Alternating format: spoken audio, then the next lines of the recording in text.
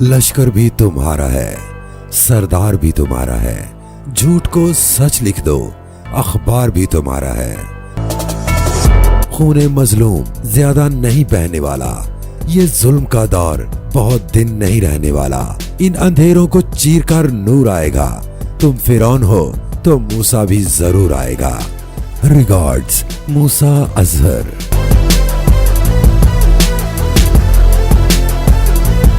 और आज हमारी जो तलावत की गई आयत है वो खरूज तीसरे बाब की 5वीं आयत। कलाम में इस तरह लिखा है, तब उसने कहा, इधर पास माता, अपने पाँव से जूता उतार, क्योंकि जिस जगह तू खड़ा है वो मुक़द्दस ज़मीन है। मेरे अज़ीज़ों,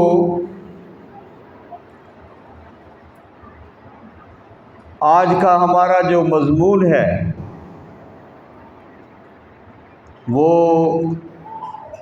मूसा मर्द खुदा और साथ जो हम सीखेंगे वो है जलती झाड़ी और नंगे पाँव।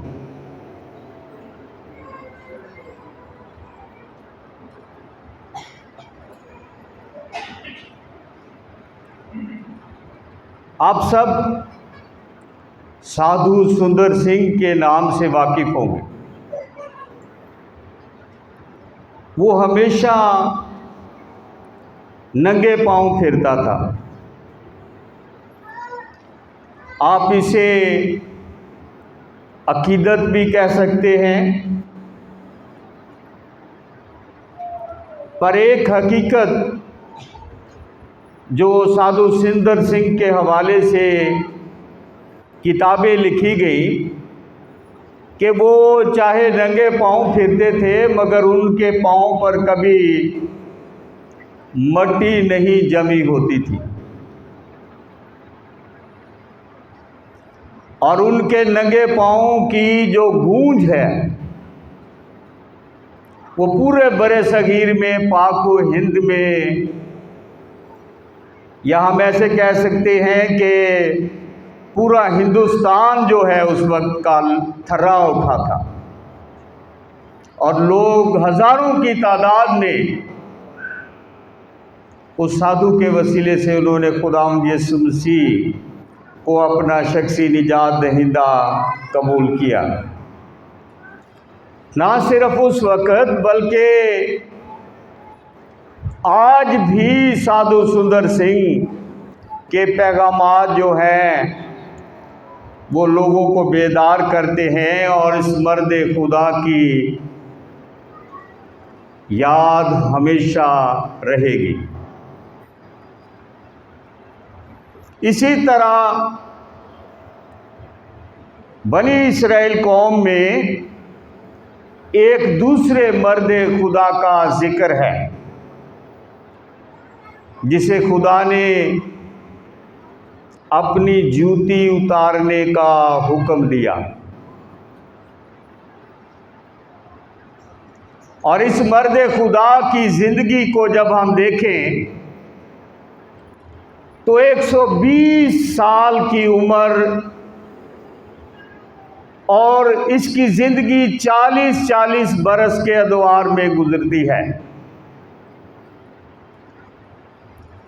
पहले 40 बरस वो अपनी पैदाइश से लेकर 40 बरस तक फिरौन के महल में रहा और बतौर शहजादी का बेटा बनकर वहाँ रहा। और आप अमाल 7वें बाब की 27वीं आयत में देखें तो वहाँ लिखा है कि वो कलाम और काम में कुव्वत पाता गया। हर तरह के अलूम जो शहजादे के लिए ज़रूरी थे वो सारी तरबियत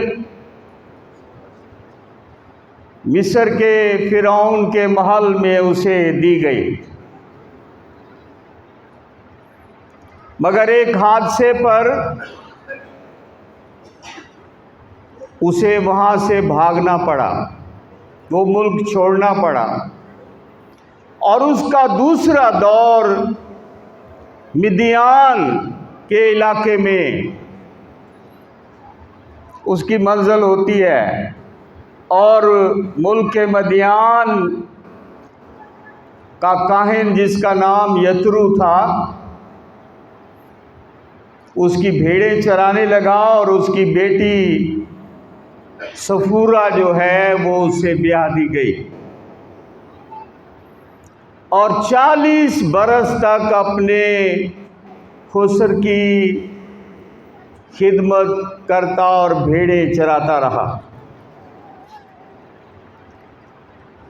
एक दिन ऐसा हुआ कि वो अपनी भेड़ें चराने के लिए खुदा के पहाड़ पर, जिसे हुरब कहा गया है, और बाज़ औक़ात कलाम में उस खुदा के पहाड़ को कोहे सीना भी कहा गया है। दरअसल ये एक ही पहाड़ है और इसकी 2 चोटियां हैं, एक का नाम हुरब है और एक का नाम सीना है। सीना का लफ्ज़ी मतलब है झाड़ी, और ये खुदा का पहाड़ भी इसीलिए वो नाम पड़ गया। पुराना नाम हुरब था।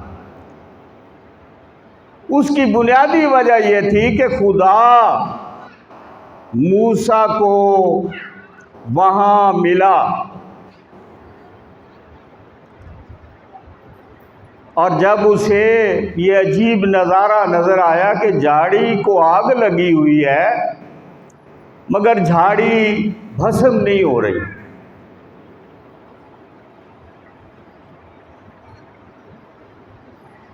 और वहाँ से जब वो कतरा कर गुजरने लगा, देख भी रहा है, तो खुदा की तरफ से आवाज़ आई, है मूसा, ए मूसा। और उसने कहा,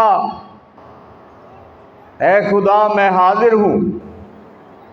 और खुदावंद वहाँ हुक्म देता है कि तू इस जगह के पास मत आ, अपनी जूती उतार, अपने पाँव से जूता उतार, क्योंकि जिस जगह तू खड़ा है वो मुकद्दस है, वो पाक जगह है। और साथ ही अपना खुदा तारुफ बयान करता है कि मैं तेरे बाप का खुदा, इब्राहिम का खुदा, इसहाक का खुदा और याकूब का खुदा। और जब उसे मालूम हुआ कि वो ये हमारे बाप दादा का खुदा है, तो लिखा है कि उसने अपना मुंह छुपाया, क्योंकि वो खुदा पर नजर करने से डरता था। मगर इस सारे वाक़े को बयान करने में 4 बातें हम सीखते हैं। पहली बात कि खुदा जिसको अपनी खिदमत के लिए चुनता है उसको नाम से जानता है। हालेलुया। जिसको अपने लिए चुनता है खुदा, ये बड़ी अहम बात है। अभी दुनिया जो है हाल अरबों में है, तो जो मर गए पता नहीं कितने खरबों में दुनिया होगी। मगर जिसको खुदावंद चुनता है, जिस तरह खुदा मूसा को नाम लेकर बुलाता है, इसी तरह खुदावंद जिसे चुन लेता है, जिसे अपने खून से खरीद लेता है, उसको अपने नाम से, उसके नाम से जानता है। और दूसरी बात यह है कि खुदा उसको आग के शोले में से दिखाई दिया। किस में दिखाई दिया जी? आग के शोले में।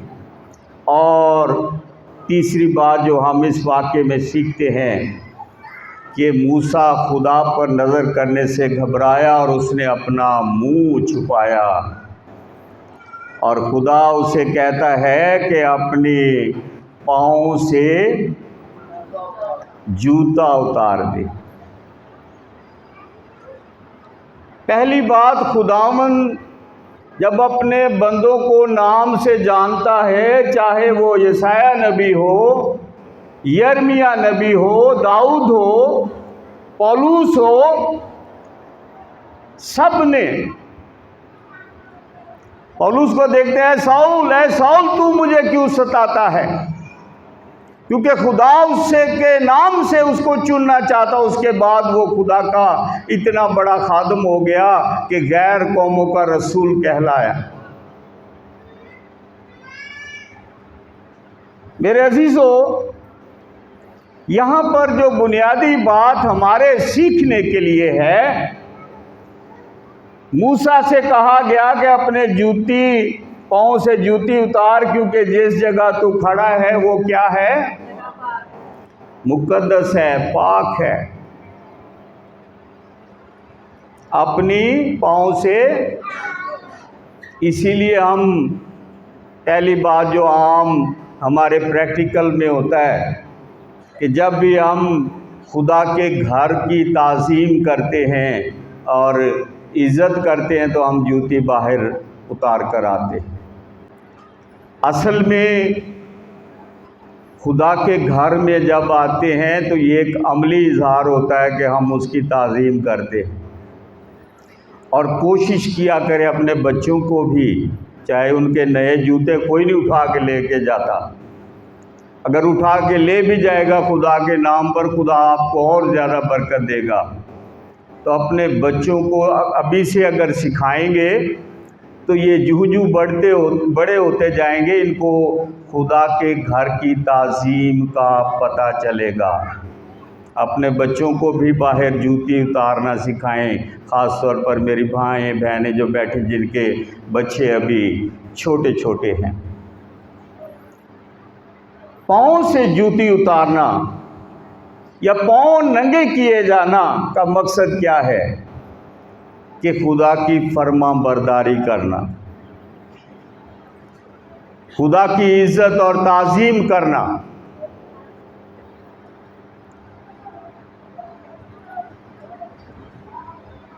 और जब हम खुदा की फर्मा बरदारी करते हैं तो खुदावन पाक कलाम में लिखा है कि सुलह की जूती, सुलह की खुशखबरी की तैयारी के जूते हमें पहनाता है और हमें अपनी खिदमत के लिए भेज देता है। उसके लिए खुदा की ताबे फरमानी करना निहायत ही ज़रूरी है। इब्राहिम को देखें, बुजुर्गी की उम्र में, और खुदा उसको चुनता है और कहता है तुम उस मुल्क में जाओ जो मैंने तुम्हारे लिए रखा। खुदा उनकी ताबे फरमानी करता और वहाँ रवाना हो जाता है। अब जब हम जलती झाड़ी के हवाले से देखें, हमारे पाकिस्तान में इतने जंगलात नहीं हैं, मगर ऑस्ट्रेलिया, इंडोनेशिया और मलेशिया ऐसे इलाकों में बहुत बड़े बड़े जंगलात हैं। पिछले दिनों मैं सर्च कर रहा था कि चांद से एक रोशनी वाज़े नज़र आती है जो ऑस्ट्रेलिया के जंगलात में जहां आग लगी होती है वहां से वो नज़र आती है। वो तो उससे तो कोई झाड़ी के बड़े बड़े दरख्त भी नहीं बचते। सारे भस्म हो जाते हैं। उसमें भी किस्म किस्म की झाड़ियाँ होंगी, किस्म किस्म के दरख्त, और वो सूखे भी नहीं, हरे दरख्त होते हैं। मगर आग एक ऐसी, यानी इस दुनिया में ताकत है जो सब कुछ जलाकर भस्म कर देती है। अब तीन बातें मूसा मर्दे खुदा के करदार से हमारे लिए क्या बरकतें हैं। सबसे पहली बात शख्सी बरकत है। इस झाड़ी में क्या खसूसियत थी कि वो भस्म नहीं हो रही थी? बताएं ज़रा, क्या कोई निब्बत आती उसमें कोई ऐसी केमिकल की कोई वजह थी जिस वजह से वो जल नहीं रहे थे? हाँ जी, खुदा वहाँ उसमें मौजूद था। अगर जिस झाड़ी में खुदा मौजूद है और वो नहीं जल सकती, अगर मेरी और आपकी शख्सी जिंदगी में खुदा होगा तो हम कैसे भस्म होंगे? हालेलुया! हम कैसे भस्म हो सकते हैं जब खुदा हमारे दरमियान अंदर मौजूद है?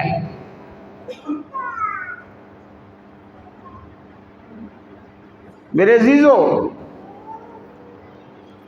ईमानदार, मैंने एक मिसाल दी आपको कि झाड़ी में कोई अपनी ताकत नहीं थी, तो ईमानदार भी नेक अमाल और अच्छे कामों से नहीं बच सकते। ये इतना होता तो यीशु को इस दुनिया में आने की जरूरत भी ना होती। हमारे नेक अमाल इतने बड़े नहीं है। खुदा के वो सूरमा जिनके हम पाँव के खाक के बराबर भी नहीं है, वो वाज़े तौर पर पाक कलाम में अपने लिए बारे में कहते हैं कि जिस अच्छाई का मैं इरादा नहीं करता हूँ वो मुझसे सरदर्द नहीं होती, और जिस बुराई का नहीं सोचता वो मुझसे हो जाती है। हम किस बाग की मूली हैं? हमारी क्या औकात है? हमारी जिंदगी में अगर खुदा नहीं है तो हम कासे जोगे भी नहीं हैं। बाज़ औक़ात हम बड़ी अपनी ये सोचते हैं कि हम पता नहीं क्या चीज़ बन गए हैं। अगर कुछ है, मैं अगर कुछ है, आप कुछ है, तो वो इस वजह से है कि खुदा आपके अंदर मौजूद है। हालेलुया! ये समझ लेना चाहिए कि ये इस पे कभी फख्र ना करें। पौलुस रसूल किस बात पे फख्र करता है? वो पहले कहता है कि मैं गमलीएल के, वो वहाँ उस वक़्त का जो सबसे बड़ा थियोलॉजी का सेंटर था, शरा का सिख, वहाँ से पढ़ा हुआ अगर फख्र करूँ तो ये बड़ी बात है। मगर मेरे लिए सबसे फख्र की बात ये है कि मसीह मुझ में है। और जब मेरे बच्चों, ये शख्सी बरकत आपको उसी वक़्त मिलेगी जब खुदावंद आपकी ज़िंदगी में होगा। मैं अक्सर कहता हूँ, 1000 दफ़ा शायद कहा होगा, मैं अपना नाम लेकर कहता हूँ। उसकी बुनियादी वजह है कि आजकल के दौर में हमारे बर्दाश्त कम होती जा रही है। मरकस मसीह नाम रखने से कोई भस्म होने से नहीं बच सकता जब तक मैं अपनी ज़िंदगी खुदावंद मसीह को ना दे दूं, और जब तक मसीह जो हमारे दिल के दरवाजे पर खड़ा हुआ खटखटाता है, और जब तक हम अपना दिल का दरवाज़ा नहीं खोलेंगे, हम भस्म होने से नहीं महफूज रह सकते। समझ आ गई बात की? दूसरी बात कौमी बरकत है।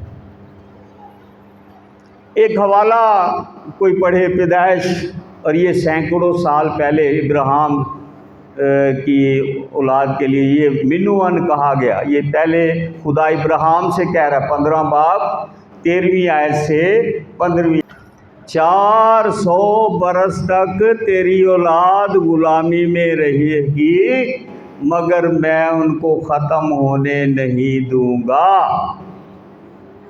और खुदा ने जो इब्राहिम से वादा किया, उसके लिए खुदा ने मर्दे खुदा मूसा को तैयार किया। मूसा जदों फिरौन दा ना आया ना, इंसानों दे डर गया सी।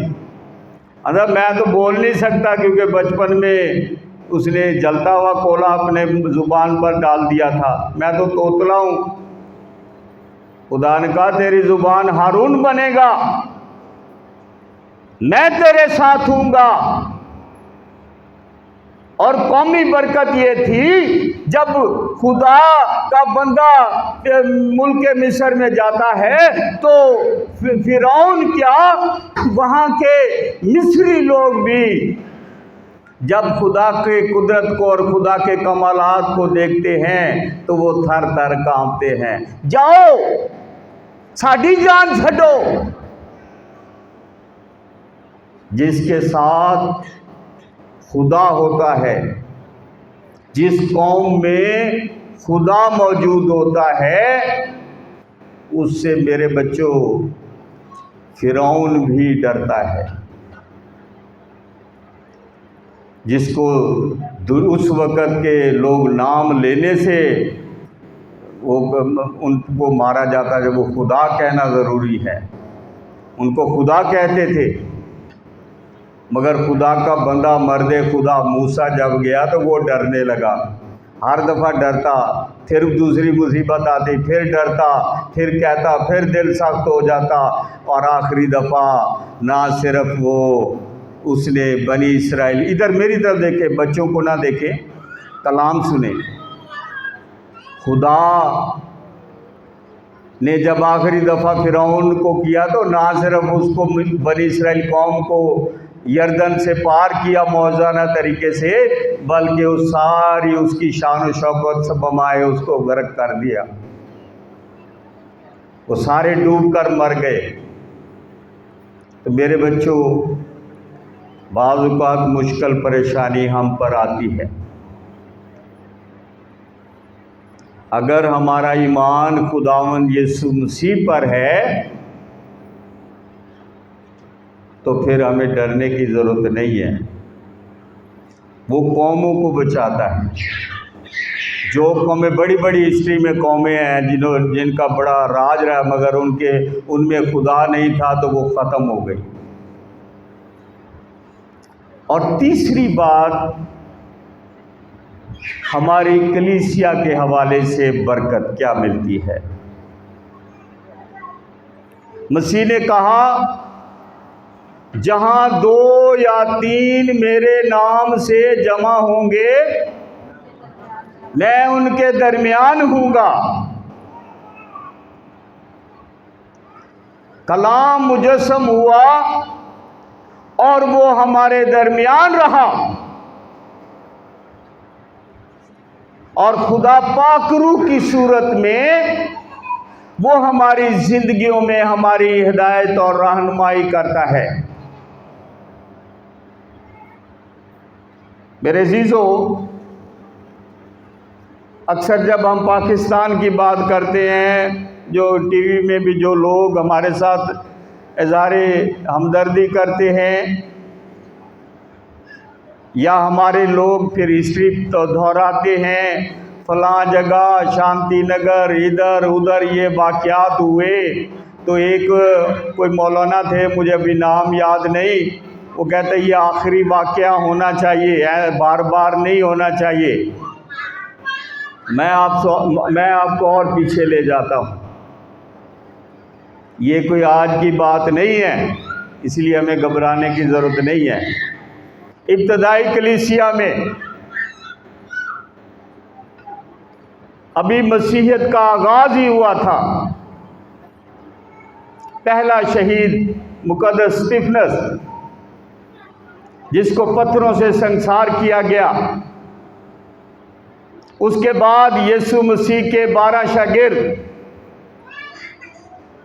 मासवाए मुकद्दस यूहन्ना रसूल, जो पतमस के जजीरे में जिसे काला पानी कहा जाता है, वहाँ तबाही मौत मरा, बाकी सब के सर काटे गए या उनको सलीब पर उल्टा लटकाया गया। ये कोई नई बात नहीं है, मसीहत ख़त्म नहीं हुई। इब्तदाई कलीसियाओं में अगर हम हिस्ट्री पढ़ें, एक मुनकर दीन जूलियन नाम था उसका मकसद ही यही था कि मसीहों को और मसीहत को ख़त्म करना है। उसका नाम और निशान खत्म हो गया, वो खत्म हो गया, उसकी कौम खत्म हो गई। मगर आज भी मसीहत दुनिया में सबसे ज्यादा है। हालेलुया।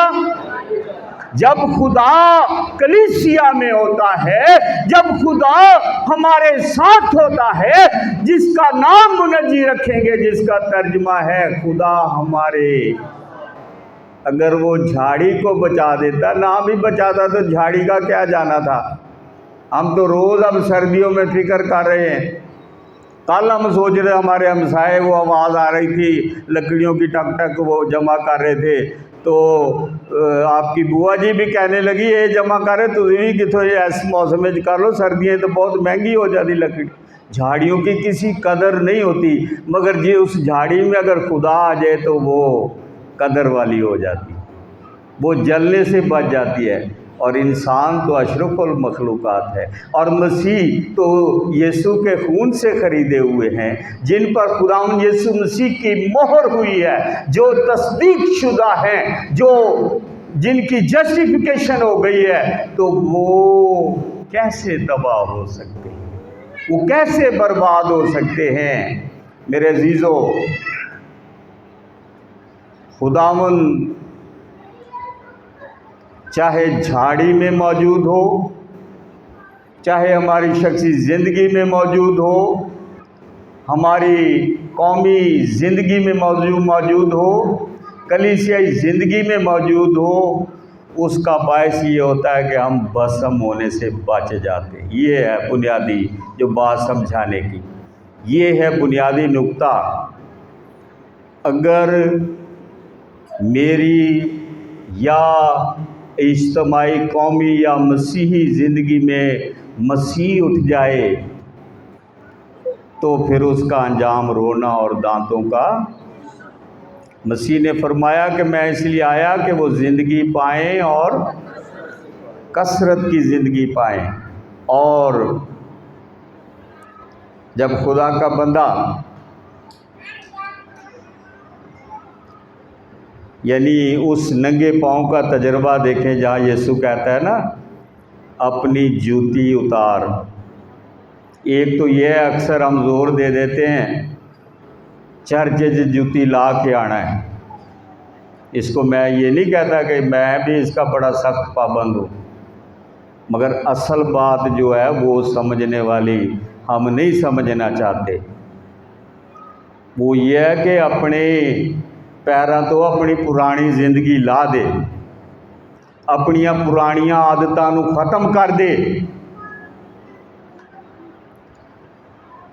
खुदावंद यीशु मसीह हमें नया बना देता है, जिसको हम नई ज़िंदगी का तजर्बा कहते हैं। पुरानी चीज़ें जाती रही, देखो वो नई हो गई। भावें जुतियाँ ला के अंदर आ जाइए तो अंदर मैं उंजदा उंजी होवां तो फिर कोई फर्क फायदा नहीं होना। हमारा बदन पाक रूह का मस्कन है, यानी खुदा हमारे दिलों में रहता है। जे कोई प्राहुणा साढ़े घर आ जाए तो साढ़े बच्चे तो छुट्टी कर लेंदे जी, मेहमान आ रहे हैं, असीं घर की सफाई करनी।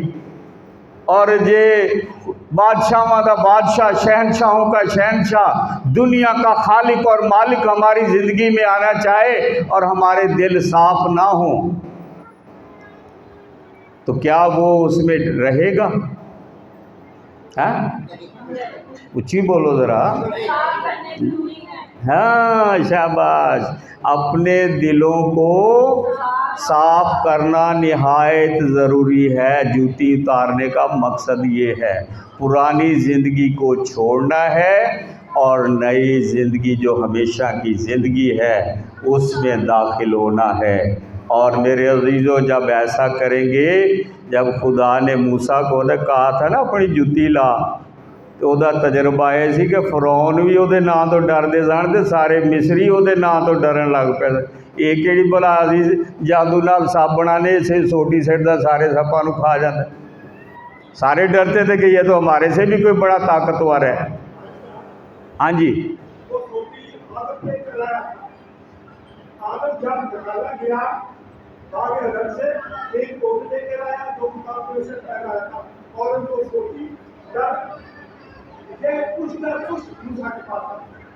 ठीक है, ये हिस्ट्री मैं देखूंगा, मुझे नहीं इल्म, मगर जो बुनियादी बात सर जी आप सुने, मैं जो मेरा जो टॉपिक है ना, सोटी पाए जहाँ से भी आई है, जब तक हमारे नंगे पाँव का तजर्बा नहीं है, यीशु के कदमों में आने का तजर्बा नहीं है, सोटी भावें जिथों आ जाए उसकी कोई हैसियत नहीं। हैसियत उस वक़्त होती है जब खुदावंद आपकी ज़िंदगी और मेरी ज़िंदगी में होता है। ये हैसियत, हमारी हैसियत बदल जाती है, हमें मुक़द्दस शाही कायनों का फ़िरका बरगुज़ीदा लोग कहा गया है। और आखिरी बात मेरे अजीज़ों, खुदावंद अगर बुज़ुर्ग मूसा के ज़रिए से मौज़ात दिखा सकता है तो क्या हमारी ज़िंदगी से नहीं वो दिखा सकता है।